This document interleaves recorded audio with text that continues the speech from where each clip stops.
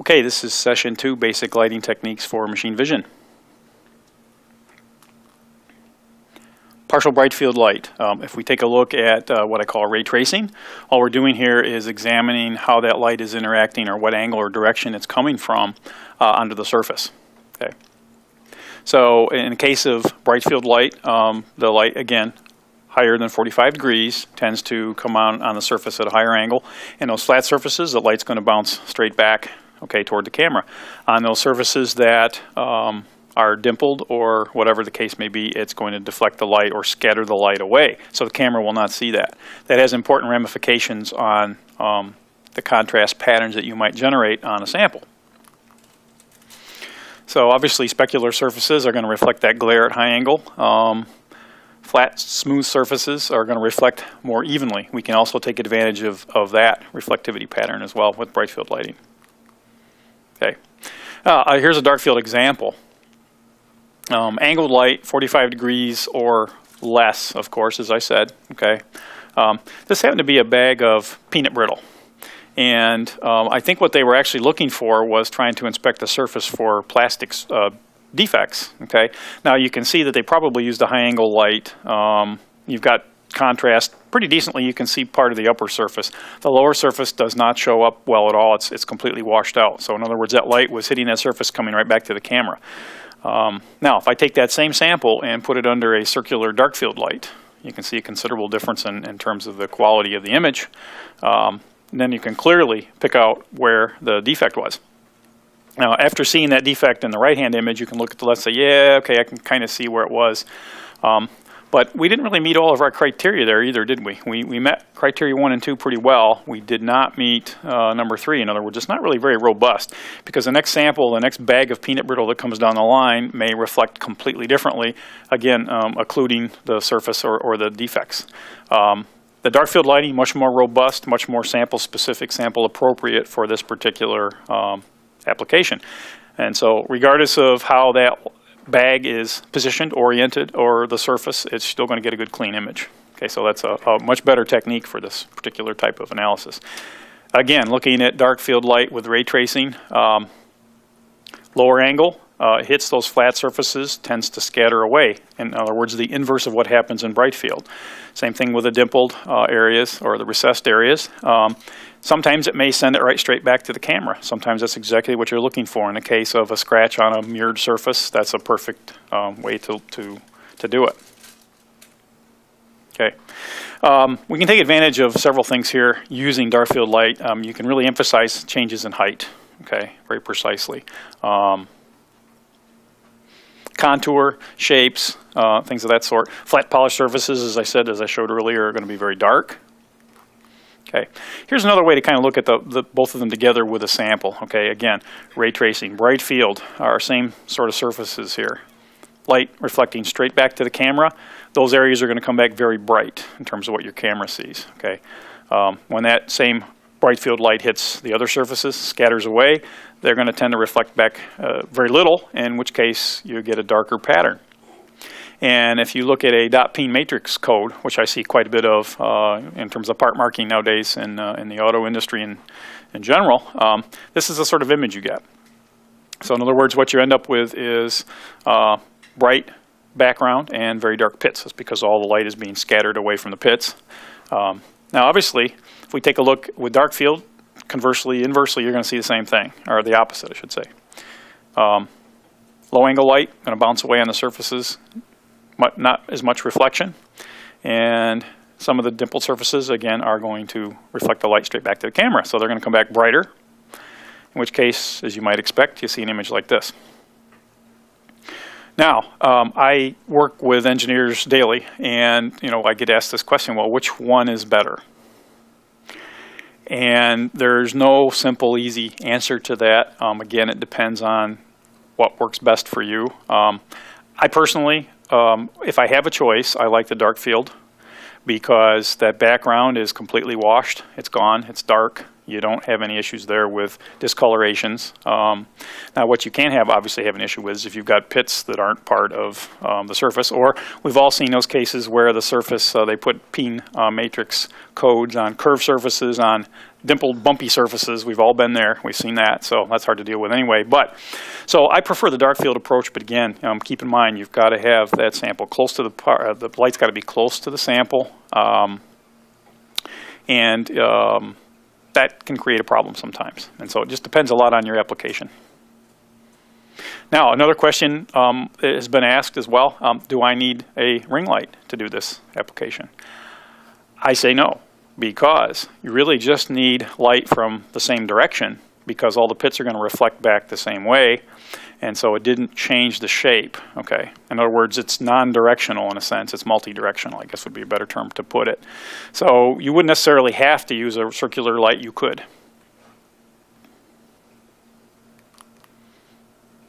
Let's move on to backlighting now a little bit here. Backlighting, as I said before, really you're generating a silhouette on a surface. Okay. Obvious uses are edge and hole detection. Also useful for translucent and transparent materials. Okay, for gauging or just presence absence of parts, orientation of parts.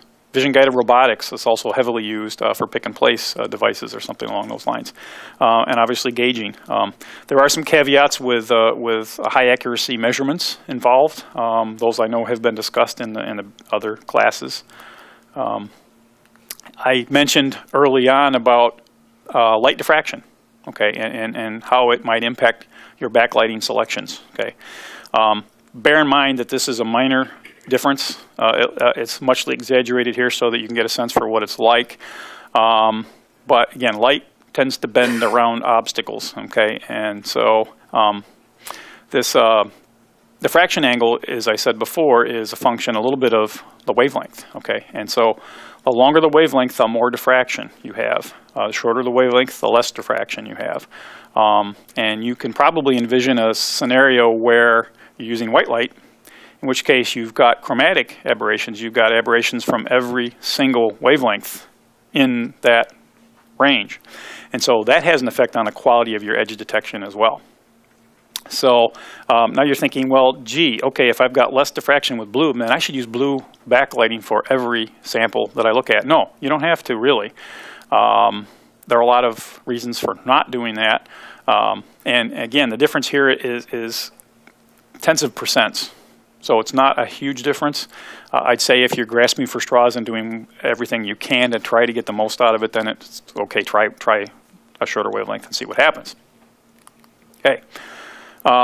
So at least use, if you're going to do high accuracy gauging, very critical on the edge detection, use monochrome light. Okay, use a red or a blue or a green or something like that. The shorter the wavelength is better, but again, I have customers who use IR backlighting as well, and that doesn't seem to be a major hindrance at times. Test it and see how it works for you, once again. Caveat I've been throwing out there before. Collimation is also a useful issue. In the case of backlighting, at least in the case of macro backlighting, you can use film. Film is not a perfect collimator by any means, but it is better than nothing. And so that will help prefer a vertical orientation. Okay. So the other thing that I like to touch on as well, with backlighting, the longer wavelengths will penetrate samples much better. And sometimes that's useful. Okay. Backlights are backlights, so there are different types out there. But here's an example. This is a cap liner inside a pop bottle cap. Okay, white cap, blue liner. This is really a transparent materials translucent materials application. Now, if I take these caps, turn them over, okay, and I mocked this up in the lab, as you can tell, but I used bright field light. In other words, just a ring light, and looked at the surface. Well, I can't really tell if there's anything wrong with the inside of that cap or not, because it's all pretty much the same out here. However, if I take these, even though they're upside down, lit up, with a backlight, you can still see where there's obviously some missing cap liner on that left-hand cap on the right image. Okay, and of course I can do it one better by flipping it over and getting a little bit clearer picture. Okay, And you're probably asking, why is that the case? Okay, there's a couple of reasons. Because when you flip the cap over, it's much closer to the sample, so you've got more intensity. Okay, and it's also closer to the sample, and you get better resolution as well. So it's not so defocused looking. Okay, colors are important as well. I'll show you some examples of that in a bit. Here's a little bit of another example. Small bottle, okay? It's a blue-green bottle. Let's say you were tasked with measuring the fill line in this particular bottle. Okay, so of course you take your handy-dandy red backlight, which everybody has, and you put the little bottle on there and fire it up, and you go, oh my, I can't see anything. So, well, I guess red didn't work so well. Okay, so let's try something else. Let's try a couple other wavelengths. So we tried IR. Everybody says that that penetrates samples better. Well, does it necessarily, or does it always? Of course not. And here's a classic case where, of course not. Now, I gave you a little bit of a hint, although it's not as big a hint as you might think. It's a blue-green bottle, okay? So you can probably guess what we used next, and that was blue, okay?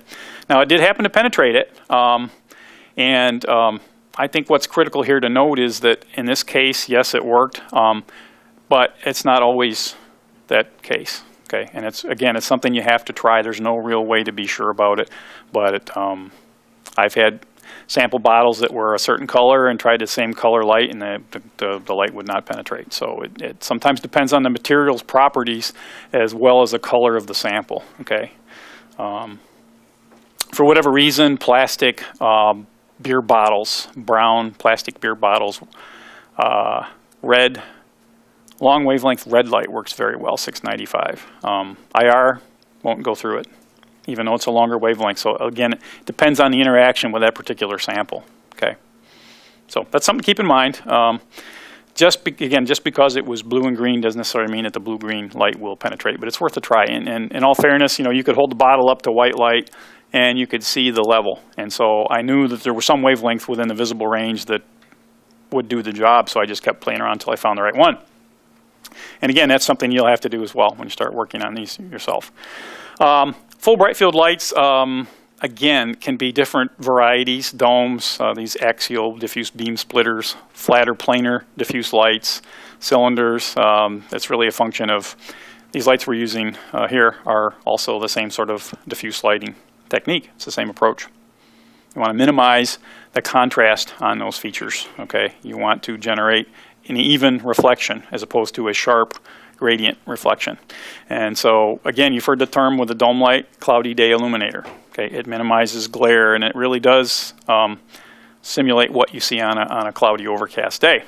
You don't get the sharp shadows, sharp edges. Okay, and so what's happening really is that the light is generated inside the dome. It is then bouncing all over the inside back down to the sample from multiple directions. And to be fair, this graphic the light should be a little closer. That's scale-wise, that's a bit too far away. You can use them that way, but think about what you're doing. As soon as you take a diffuse light and you move it away from the part, that solid angle gets smaller and smaller. So pretty soon you don't have a diffuse light, you have a directional light, and that's exactly what you typically don't want to use that way. So keep that in mind. Couple examples. This is a glass rod. We just had to basically read the code, the print on the top of that. And you might notice that down the center, you see a line, okay? That line is not part of the sample. That line is generated by the little peak hole up at the top of the lamp itself, or up the top of the light. Reason for that is because all that light that's being generated on the inside is some of it's getting right straight through that little opening, okay? And so it's not getting back to the sample. Now, depending on your sample, that may make a difference and it may not. So in this particular case, it didn't matter. We were certainly able to do what we needed to do, and so it was an acceptable compromise. Here's another example, probably a more appropriate one. Trying to read printed code on the base of a pop can, okay? And in this case, we took advantage of the fact that, you know, it's a concave surface, and the dome is very good for concave or convex surfaces, right? We also took advantage of something else I'm going to talk about in a bit, which is changing the contrast based on color. I'll give you a hint up front. The print was purple, okay? And so we wanted to find a way to maximize the contrast of that print against that bright background. Okay, so we used a particular color I'll let go with that until we talk about color. Okay. Looking at ray tracing once again, a full bright field, you'll notice a difference in contrast between, bad term use, difference of how they operate with a full bright field versus a partial bright field. Full bright field tries to get light to come back to the sample regardless of the angle at which it was incident on the surface. Okay, and that's the reason you can do that, because you've got multiple angles of light incident on the surface. And so rather than having the light, say in the partial bright field case, hitting these dimples and bouncing away, it's actually still getting, some of it's getting bounced back to the sample because it's incident at different angles, multiple angles. Okay, so that's the difference there, really. Again, I've mentioned curved, shiny parts. Contrast is kind of de-emphasized. That's something you want to keep in mind as well. You do lose, the image tends to get softer the way it looks. If that's acceptable and does the job, that's great. Okay, so once again, opposite of a dark field effect. Now, moving on to the other diffuse technique, axial diffuse illumination. This is effectively a beam splitter in the middle of the optical path. So the light's generated on the lamp there to the left, hits the base of the beam splitter down to the sample, comes back up through the beam splitter again into the camera. Okay, so very good for non-curved and reflective surfaces. I think you can see right away a caveat to all that is, okay, it's got to go through that 50-50 beam splitter twice. And so what happens to your intensity? Your intensity goes down a lot. Okay, so you have to keep that in mind. But here's an example. These happen to be engraved letters on a flat surface. Okay, and you can see the flat surface reflects brightly because the light's coming basically straight down as a sheet onto that surface. And what's happened is the engraved surfaces are bouncing or scattering the light away, so they come back with much less intensity, so they're dark. So that's really, you generated instant contrast, and it's very sample appropriate contrast if what you're after is identifying or reading or verifying the characters. Another example, and I believe this is a perfect example for this particular light. This is a sealing surface of a pop bottle. Now you notice in that left-hand image, you've got a really nice, bright, consistently even white ring. Okay, that's the very planar surface perpendicular to the light itself. Okay, and so I would expect, based on what we've just understood here and what we've learned, is that this surface is reflecting back very evenly. So that would imply that there are no defects. It's very smooth. Okay, so if I take that same surface and just make some very thin cuts or tears or marks on it, you can see right away. You can see the difference. Okay, so the sample on the right is not as nearly as clean a solid surface, and so a light like this is perfect because you're actually taking advantage. You're taking advantage of the reflectivity as opposed to trying to get around it. Okay.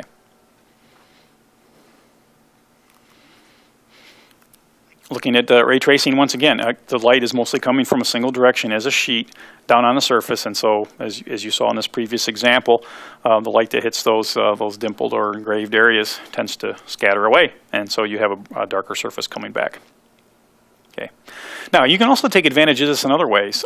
If you've got enough intensity and you don't have too much of a range in height differences, this is a great way to measure, relatively speaking, to measure differences in height.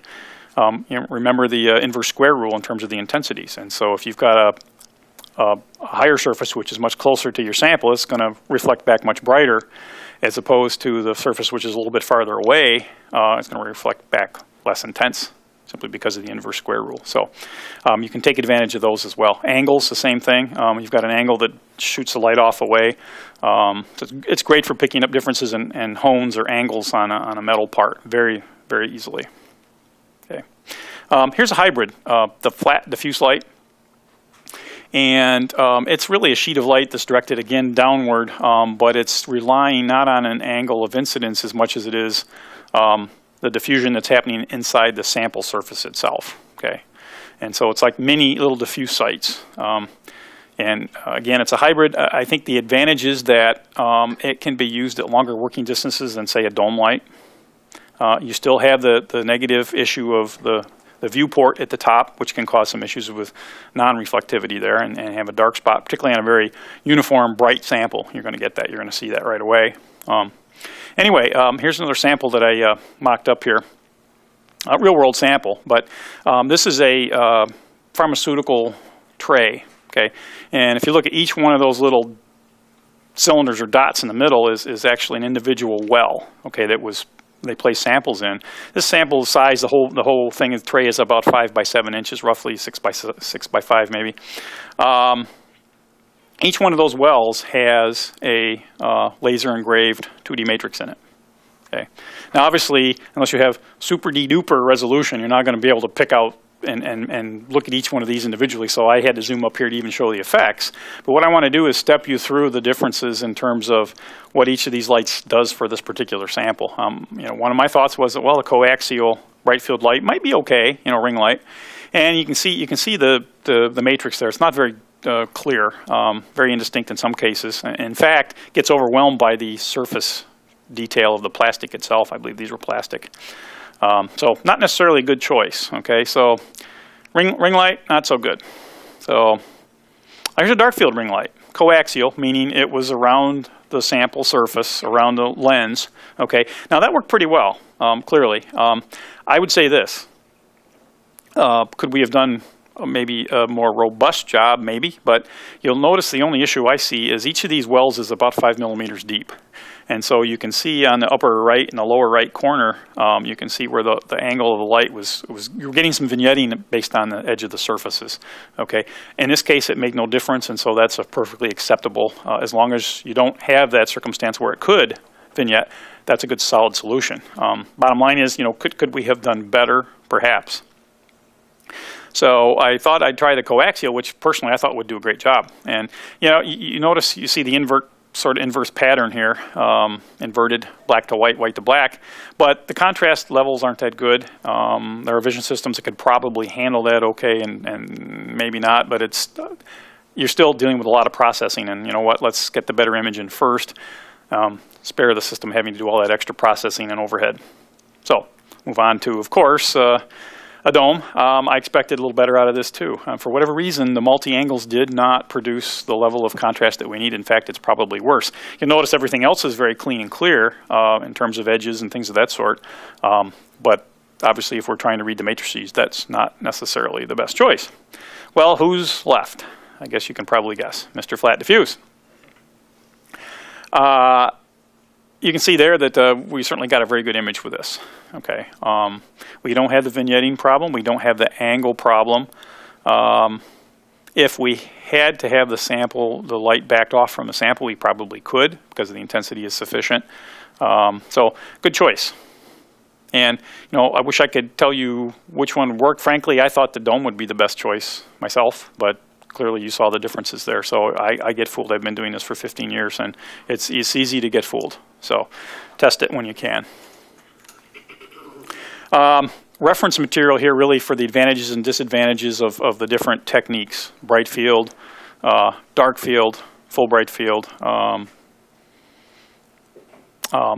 think it's important to understand when these can be applied and when they can't be applied, okay? And that helps you right away up front, because quite often, the perfect solution would be this beautiful dome light, okay? But you know what? I can't put a dome light over that sample because I've got too much in the way, or I've got an operator in place, or I've got samples flying by at some ridiculous rate, and once in a while they go haywire, as everything happens, and does some damage or whatever. So you have to weigh those choices. And oftentimes I think it's fair to say that there are secondary choices occasionally, or there are compromises that can be made. So, but if you are aware of the applications fields of each of these techniques, it's useful to know.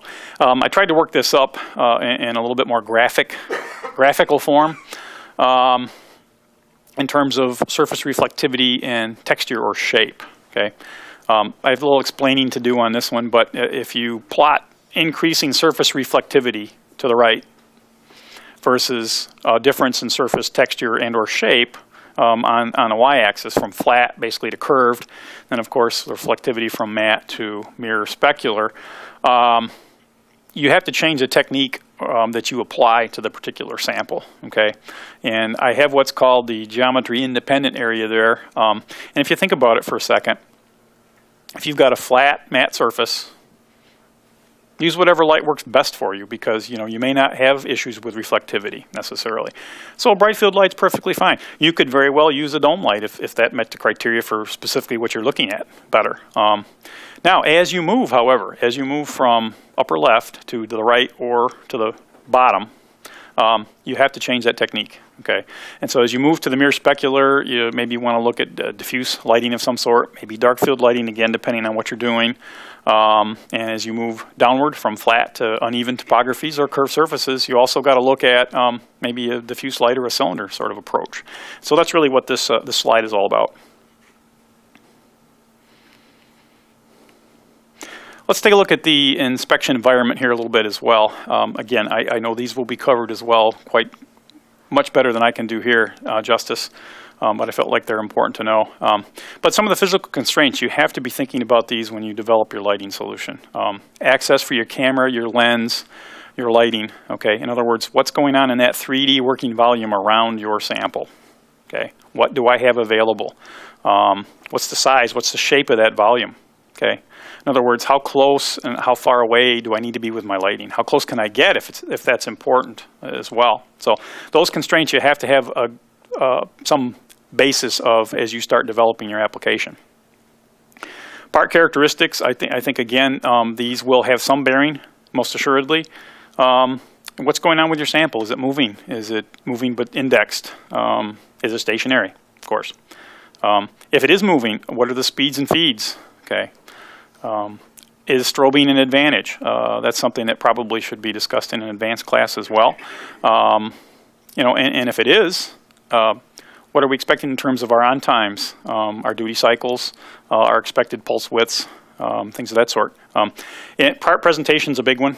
Is it consistent in orientation and position, whatever the case may be, that has an effect on your sample or your analysis? Is there potential for ambient light? Big one as well. Okay. Ergonomics and safety do play an issue. Okay. If you've got a man in a loop or an operator intervention at some point, interaction at least, there are certain things you don't want to do. A great example is, if I were working on a line, I wouldn't want to have a red flashing light in my face all day. So, maybe there's another choice. Well, maybe IR is a good choice. And so those sorts of things have to play a factor in it as well, and it can be an issue sometimes. Okay. A few more applications examples here. This was just a barcode, read a printed barcode under a cellophane wrapped package. Okay. I'll step you through with the different types. This was think about it. I said before that an axial diffuse beam splitter light is very good for flat reflective surfaces. Well, what am I trying to do? Am I trying to view the surface of that cellophane? No. What I'm actually trying to do is view that surface under the cellophane. And so that wasn't necessarily a good choice. As you can see, there's a lot of reflection here. Bottom line is, yeah, you could probably get a system to measure that, but who knows what's going to happen with the next sample coming down the line. It may very well be totally different. It may be reflecting in places where you can't get a good quality read off that 1D code. So let's step through some of these other choices. Bright field ring light. Okay, same thing. Okay, but could we do better? Could we take care of that issue with a specular reflection altogether? Okay, dark field ring light again. Okay, so what I've done is I've gone from the bright field techniques to the dark field. Okay, and you can see that for the most part that light got at a low enough angle through the cellophane, reflected back up, and allowed us probably to do a pretty clean image on that sample.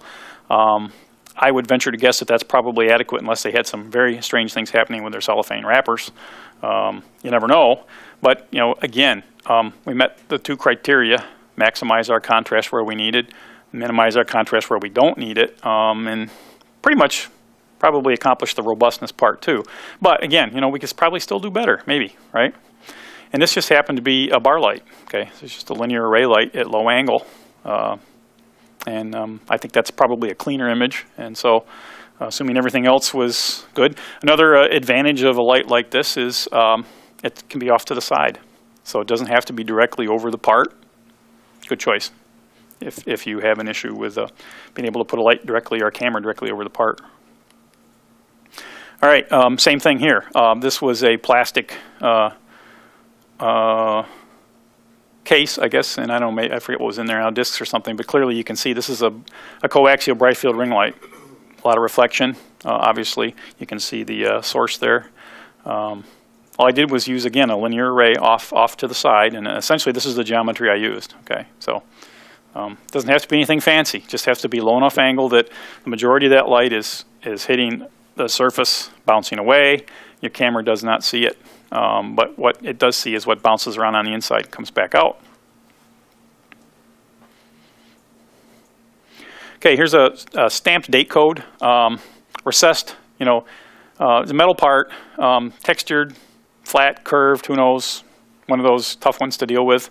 So you start out with your, you know, your ever-present bright field spotlight, and gee, you know, I guess you can see there's a code there, but pretty tough to get much out of it. I mean, maybe we can read it, maybe we couldn't. Your vision system would probably struggle with that. Again, we have the issue, we don't have good quality, we don't have control of our lighting, in other words. It's not sample appropriate. We've got bright areas at the top, way too dark at the bottom, and we tried to compromise it in the middle, and you can see what happened. I'll step through some of these other choices. All right, we've gone from a very small solid angle to a little bit higher solid angle, a ring light. Again, compromise in terms of getting the background lighting correct. And you can see now, okay, yeah, I can read that. Okay, your vision system may still struggle a little. So let's go a little farther. All right, let's take a line light at a low angle. And so you can see that what happened was it effectively allowed horizontal surfaces to show up, but the vertical surfaces and the other surfaces didn't necessarily show up very well.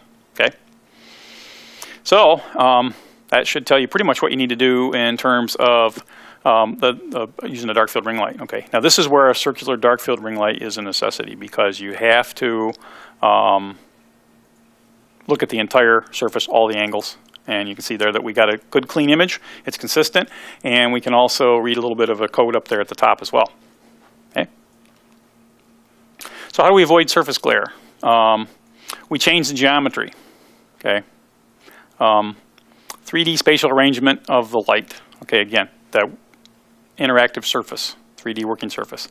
All right, we strobe to overwhelm it. We use polarization filters. That's really the least preferred, but it can be done. Okay. Now, I should probably tell you a little bit about polarization in general. That's going to be discussed in more detail in certainly in the advanced classes. But really what it boils down to is you've got two pieces of polarization film in the optical path. The first one is between the light and the sample. The second one is between the sample and the camera. Okay. And they're both the same material. One's just known as a polarizer, one's known as an analyzer. Okay. And so what you're doing is you're just preferring a particular vibration direction to get back to the sample, to the camera, okay, from the sample to the camera. Now this obviously has the advantage of blocking glare to some extent. Okay. So here's an example I set up using polarizers on a flat surface. And no polarizers, you can see we got a flat, bad reflection back on the flat spots. Okay. Applying a polarizer, you can see the big differences here really boil down to, it's clear now. Okay, so we took care of that glare on that flat surface, and you're thinking, wow, that's great. That's wonderful. There are caveats. In order to do that, because if you're using a polarizer, you're preferring a certain direction, and which means you're cutting down on your intensity available to the sample. Okay, and so to get the same approximate contrast and intensity on that second with the polarizers, I actually had to open the f-stop 2.5 times, 2.5 f-stops. Yeah, that's a tremendous amount of intensity loss to do that. So if you have that overhead to do, that's a perfectly acceptable choice. But if you don't, then you maybe need to think of another way to do it. And my first approach typically, if someone says they're going to use polarization for glare control, I typically will say, well, let's take a look and maybe look at the geometry, see if we can change the geometry some. And so here's another sample. This is a gel bottle, okay? And what we did here was just use a standard ring light without polarizers. You can see you got a pretty bad reflective hot spot there in the middle. We take the same sample with polarizers, and you can say, yeah, I cleaned it up pretty well, and it did. But you will notice also that there is a little bit of reflectivity there in the center. And think about it, this is a curved surface. And so there's no way to dial out all of the reflectivity on that sample because of the curved surface. You're always going to have some spot where you're going to get some reflection back. That's just physics. And so my approach in this case, for sure, if that is an issue, and maybe it isn't, but if it is, certainly I would want to change my geometry. Okay, so all we did here was effectively use a ring light off axis. Okay, and a good rule of thumb is if you've got a cylindrical surface, you want to have the light coming in this way down the long axis as opposed to coming across. Okay, that's always a good way to keep that in mind. That's what we did here. And so in this case, you know, unless the bottle's rotated 90 degrees, it doesn't really make any difference. You're going to get a good clean image and you won't have any glare. So again, if you have the luxury of changing that, that's good. Some situations don't lend themselves to that, particularly if you haven't had the chance to develop or the luxury of developing the application from scratch. In that case, you're sort of stuck with having to come in after the fact, and sometimes polarization is the best you can do. That's great. Okay. How I like to use polarization in vision, and when I can, is to take advantage of how it interacts with materials. Okay. So 6-pack plastic ring carrier, for example, here. Okay, if you look at that under backlight without polarizers, it's pretty clear that and not much to see there. It's pretty boring. Okay, it's just a light shines through it. However, if I put some polarizers in there, you can see the difference right away. Okay, and so what we're really doing here is we're polarizing the light for a particular vibration direction, and as it goes through the sample, if that sample is different internally, it's going to reflect or diffuse the light, or whatever the case may be, diffract the light differently, and so refract the light differently. So you get a change, you get an image. So I tend to want to use polarization in this method when I can. Okay, here's another example. 3D reflection geometry. Once again, it's all about that 3D relationship. Okay, I've got a sample. Coaxial light. This happened to be a cylinder. It was an inline fuel filter, I think it was. And we just had to read the code on the surface, so it wasn't that difficult a situation. But let's look at the different ways to handle the geometry here. So if you take a look this way, straight down on it, you can kind of figure what's going to happen. You get a pretty bad hot spot reflection right here. Okay. It obviously occludes the sample surface altogether, so there's not much you can do. And so, you know, if you're going to change geometry, what are your choices? If you can't change lights, what are your choices? You can move off axis in one of two ways. You can move off axis this way or this way, if you will. So let's do both, and I'll show you what they look like. So if we move off axis toward the back, for example, in other words, the light is shining at perpendicular to the long axis of the cylinder. You might expect what you're going to see is something like this. That's probably acceptable if, with a caveat, that the light, the sample is presented exactly as it should be all the time, and that's not always the case, as we well know. So if that sample happened to be rotated just slightly, then you're going to have an issue there. Okay, you're simply not going to, you're going to occlude some of it. Okay, so once again, we moved off axis one direction. Let's try moving off axis on another direction. Okay, in other words, parallel to the long axis. Okay, as you might expect, since I sort of hinted at that earlier, this is a sort of image you would be expected maybe to get in this case. All right, so it's much cleaner. That sample can be rotated quite a bit, and you still have a pretty clean image, usable image there. You know, in this case, we had a light that was relatively close to the part. I think that if you couldn't get your light as close to the part, then typically your best choice is to get a bigger gun. Okay, so basically you just get a more powerful light from a longer distance. And in fact, I would say that that's probably even a better image for whatever reason. Okay. So if you have that option, it's always worthwhile to change the geometry. Okay. Let's jump into color and wavelength a little bit. All right. One of the other ways to change contrast is with color. Okay. There are two rules of thumb. We've got our little color wheel up here to sort of demonstrate that, and the warm colors are on the left, red, orange, and yellow, and the cool colors on the right. Okay, violet, blue, green. I have them labeled so when you print this out in black and white, you can still actually tell what's what. But there are two rules of thumb with respect to using color to change contrast. Okay, and like colors or families tend to lighten, and obviously in the inverse case, opposite colors or families tend to darken. Okay, so in other words, in the case of like families, a red light is going to make a red object appear brighter relative to the background, and vice versa with a red light on a green feature. Okay, so we can take advantage of this to change our contrast. Okay, so again, here's a sample, an example. Color wheel on the right. You can see that this is an envelope. It actually was an envelope with a stamp on it. Okay, it's a printed stamp. And it is not that text in the upper right-hand corner. That's something else, okay? So what I did is I threw some red light at it, pretty typical. And you'll notice that, gee, there's not much there. I assure you there is a stamp there. So you might wonder, well, what's going on? The bottom line is that the red from the light was reflecting off the red stamp, okay? And we got basically no contrast with respect to the background. All right, so it completely wiped it out. And if you look at it under white light, this is actually what you should be seeing. Okay.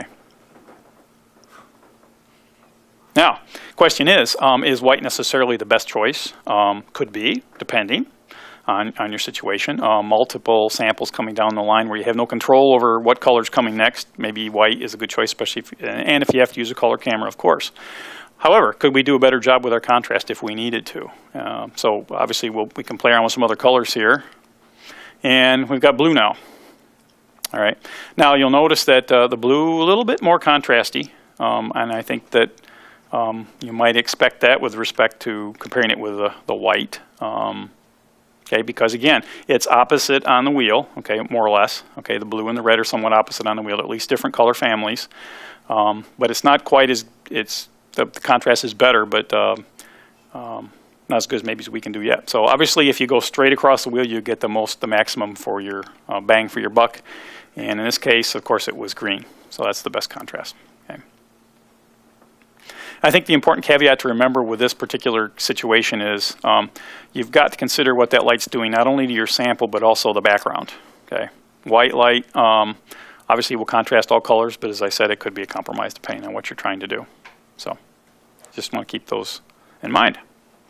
I put this up here essentially for reference purposes, but different samples do respond differently to different wavelengths, and we know that in some cases it's useful to work different colors, different wavelengths. Okay, so obviously if you've got a fluorescing source, a UV light is going to be a good choice. My experience with dark rubber, for example, tire rubber, for example, red light doesn't work at all. For some reason, it just sucks the life right out of it. And so, a yellow or a white light sometimes, even a blue sometimes, depending on the type of material, will be better, for example. Okay. Again, ambient light problems, as I stressed earlier, you want to consider monochrome sources. Okay. That way you can use a pass filter to block out the ambient and just pass that particular light. And I also mentioned about ergonomic issues. Strobing red lights, not necessarily a good choice either. Okay. So let's review a little bit and summarize here in terms of what we've done. And I think the goal here is to help you consider everything that you have in your work chest here to come up with a solution. And so I mentioned that I wanted to talk about a standard lighting method. Okay. This is about as close as I can come to a cookbook. What I would say is this. Start by determining your features of interest. I know that sounds self-apparent, but the bottom line is your supervisor brings you a sample and says, inspect this. You better be asking them, okay, what am I inspecting? What am I looking for? What's important? What are we trying to do?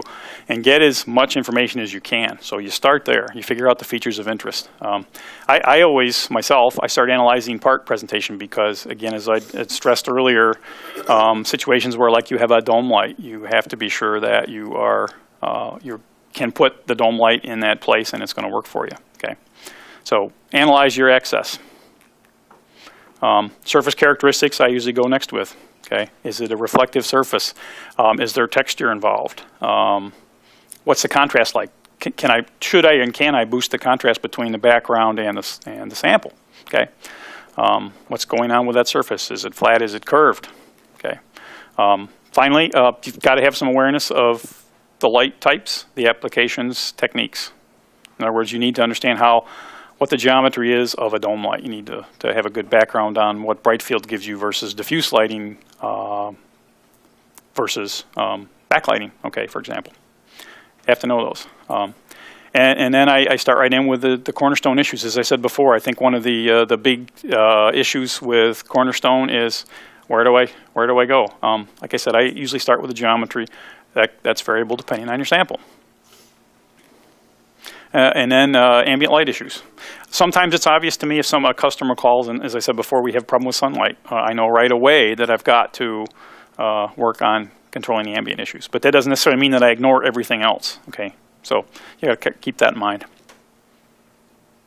So final summary, sort of in conclusions here. As I've been saying before, I think it's important that you develop your lighting solution very early in the process.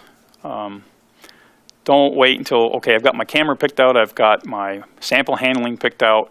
Oh, gee, now I need to work on lighting, I need to work on lensing. You want to get those involved right away because, as you can see here, there are a lot of caveats for doing that properly. Again, lighting techniques, determine those.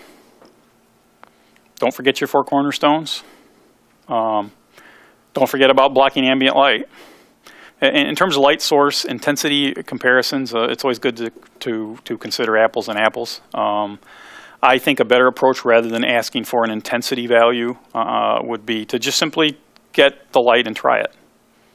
That's the best solution. Try it. Does it work for your application?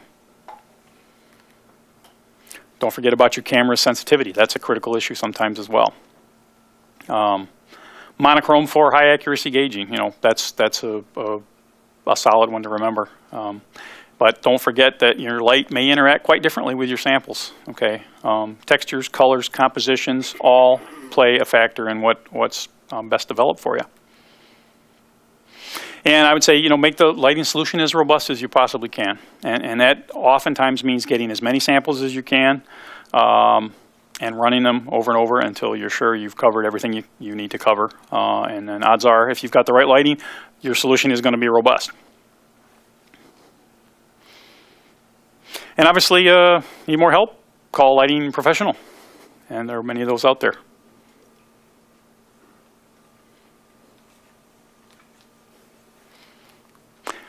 Thank you. That concludes session 2, Basic Lighting.